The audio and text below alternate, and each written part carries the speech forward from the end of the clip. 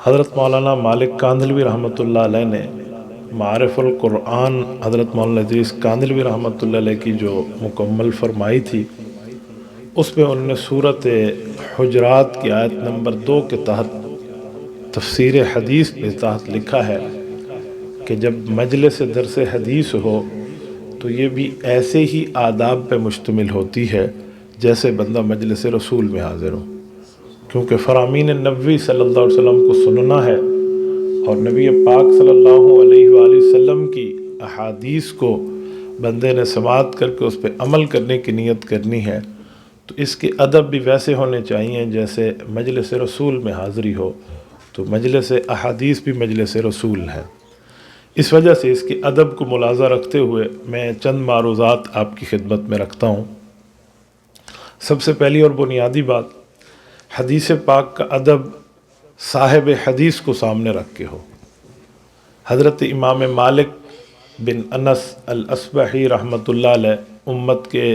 4 اماموں میں دوسرے نمبر کے امام ہیں۔ ان کی سوانے میں لکھا ہے کہ حضرت امام مالک رحمۃ اللہ علیہ جب حدیث کا درس دیتے تو روزانہ نیا سوٹ پہنتے اور اس پر اچھی خوشبو لگاتے اور اس کے بعد مسجد نبوی میں درس حدیث کے لیے حاضر ہوتے۔ اور حضرت امام مالک رحمۃ اللہ تعالیٰ علیہ کے لیے یہ ان حضرات نے لکھا ہے کہ ایک مرتبہ حضرت امام مالک رحمۃ اللہ علیہ درس حدیث میں موجود تھے، تو درس حدیث میں موجودگی پر حضرت امام مالک رحمۃ اللہ علیہ کو درس حدیث کے دوران ہی ایک بچھو نے ڈنگ مارا، تو حضرت امام مالک رحمۃ اللہ علیہ بچھو کے ڈنگ کھانے کے بعد تکلیف اور اضملال میں تو آئے،